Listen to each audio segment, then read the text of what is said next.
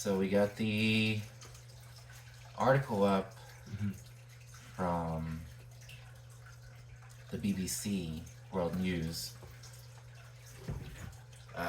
U.S. announces $11 billion weapons sale to Taiwan. Um, so, like, what do we think of this headline?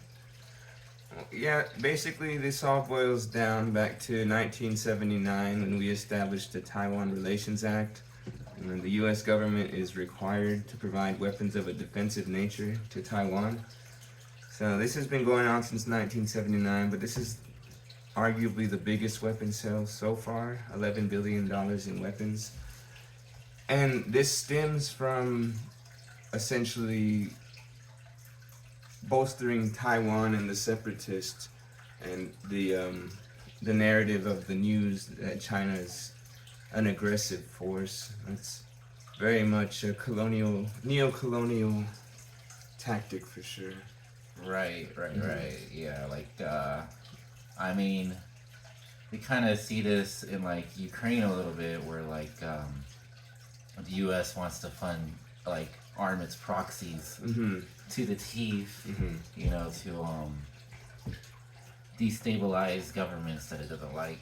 Mhm. And we're seeing something like that here, where, like, another U.S. proxy is just getting all these weapons, all these guns, Mhm. right next to rival countries that they're competing with for resources and dominance. I'm gonna go ahead and read the first paragraph. The Trump administration has announced a huge arms sale worth around 11 billion to Taiwan, which includes advanced rocket launchers, self-propelled howitzers, and a variety of missiles. So, like, from that, these are no small Oh ordinances. yeah. These are not like little rifles or anything. These are this is some serious, like, bazooka shit, right? Mhm. Like, they got, like, missiles, howitzers, rocket launchers. They're trying to arm Taiwan to like a high level of warfare. Mhm. Um, Really, like, the same thing we saw in Ukraine and Israel, South Korea. South Korea, um, where they're just loaded up with all this high tech advanced weaponry, Mhm. um, which is really, like, instigating a little bit. Yeah, it's very much there's the narrative and then there's what's actually going on. The imperial media wants the world to believe that China is pushing for war and instigating and wanting war, and you can see that it's not true just by the policy and the cross-strait relations. But the U.S. knows what it's doing. The empire is pining for war because war makes money, and yeah. Right, right, right. Yeah, with China competing over resources and trying to be and looking like they could like, the U.S. doesn't want to lose its top dog position. Mm-hmm. Basically, like, they are insecure about, like, losing their global dominance. And China right now is the really the only threat to that dominance. Mm-hmm. The only one that's, like, showing that there is another way Mm-hmm. outside of their hegemony. Mm-hmm. I'm gonna read the next paragraph. This package, which still needs to be approved by the U.S. Congress, will be the second arms sale to Taiwan since Donald Trump returned to the White House in January. So, Donnie Trump, the the peacenik, Yeah. he was supposed to stop all the wars, right? Yeah. Yeah, and here he is, um, giving yet another arms sale to Taiwan twice in his term, and his term has only been not even a year, Mm-hmm. and he's already did two of these, billions of dollars Mm-hmm. of high tech, high explosive weaponry, and on a peace keeping platform. When he was on a peacekeeping platform during the election, you see him reneging on that a lot. Um, like he's reneged a lot on really just about on any of his peacetime Mm-hmm. promises. He's been as hawkish as any other president, um, probably perhaps more so, considering his alignment. Um, I don't know. What do you think? Yeah, I think Donald Trump is good at like taking advantage of the population when we're in low spirits. I think everyone kind of wanted peace regardless of political orientation when he was elected, and unfortunately a lot of people fell for that. But you just, yeah, you see him doing the exact opposite, but unfortunately a lot of people will see this as a net positive for the U.S. in one way or the other, which at the end of the day it is, you know, continuing arms sales, continuing expanding hegemony and cultural influence. But yeah, you know, we know Trump. He's a grifter for sure. Next paragraph. China, which sees self-governed Taiwan as a breakaway province, has steadily ramped up pressure over the island with military drills and regular incursions into its waters and airspace. So, in that first sentence, I kind of see like an assumption Yes. where China, which sees self-governed Taiwan as a breakaway province, it kind of gives you this idea that China's acting irrationally, Mm-hmm. like it's a self-governed Taiwan. Like, Yeah. why would China think it's a breakaway province? Like, the that China sees it as a breakaway province is not what actually is. So it's kind of leading right there. Yeah. Yeah, it's kind of propagandistic. See, Taiwan, it is self-governed.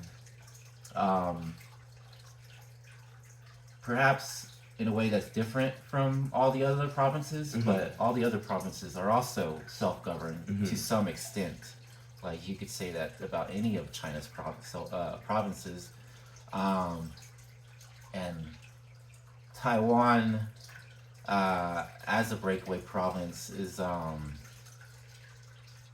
feel like is a false like representation. Like I don't think China sees it as a breakaway province, because it's an integral part of China. Like the only ones that want to see it as a breakaway province is the West, you know, with their cynicism, where they want to make Taiwan out to a country when it's not even like recognized as a country. And so there's like loaded assumptions in there, in that first paragraph. Has steadily ramped up pressure over the island with military drills and regular incursions into its waters and airspace.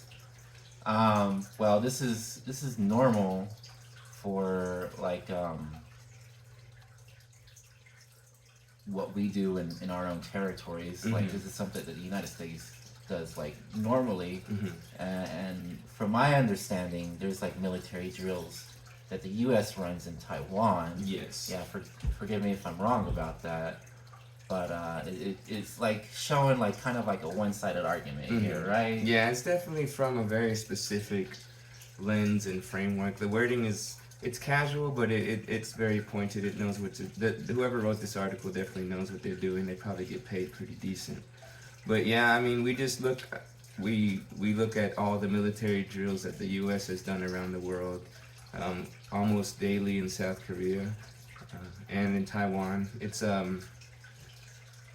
It's just a pretty hypocritical thing to just only mention China doing military drills within its own territory. It obviously has the right to do so, but I think if we're gonna be talking about that, then let's show both sides. You know what I mean?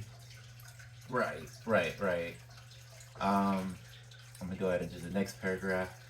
Taiwan's defense ministry thanked the U.S. on Thursday, saying the deal would help the island in rapidly building robust deterrence capabilities. Um, so yeah, we got the Taiwanese defense minister, like hand in hand with the U.S. Um, building up this military escalation. Mm-hmm. Um,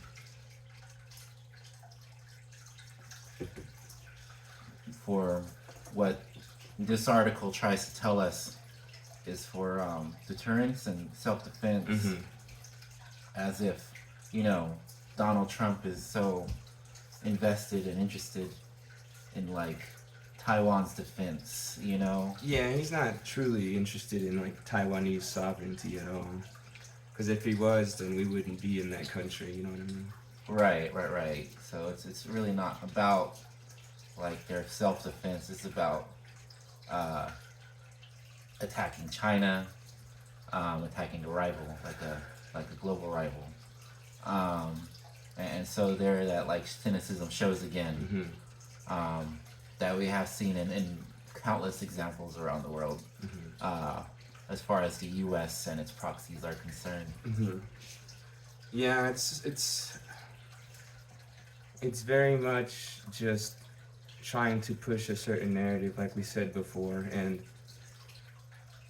Taiwan is the cross-strait relations are they stabilize when the U.S. isn't provoking it. They really do come to like mutual agreements on things, especially with the one country, two systems.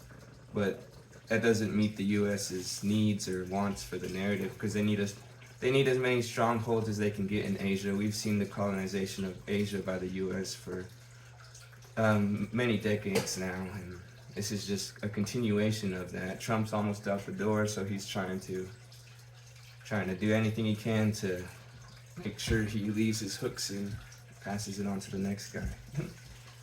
Yeah, I remember something you were saying about the about like Mexico. Like, imagine if China started arming Mexico to the teeth. Putting a whole bunch of military bases in Mexico. How much the U.S. would freak out then. Like they tried it.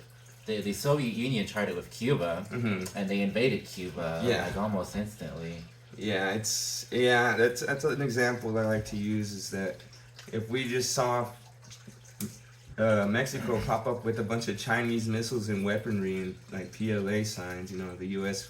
would not be very happy for sure. They definitely probably do a ground invasion on Mexico as soon as they got the word. Oh yeah, they would shit them. They would shit themselves, Mm-hmm. like for sure.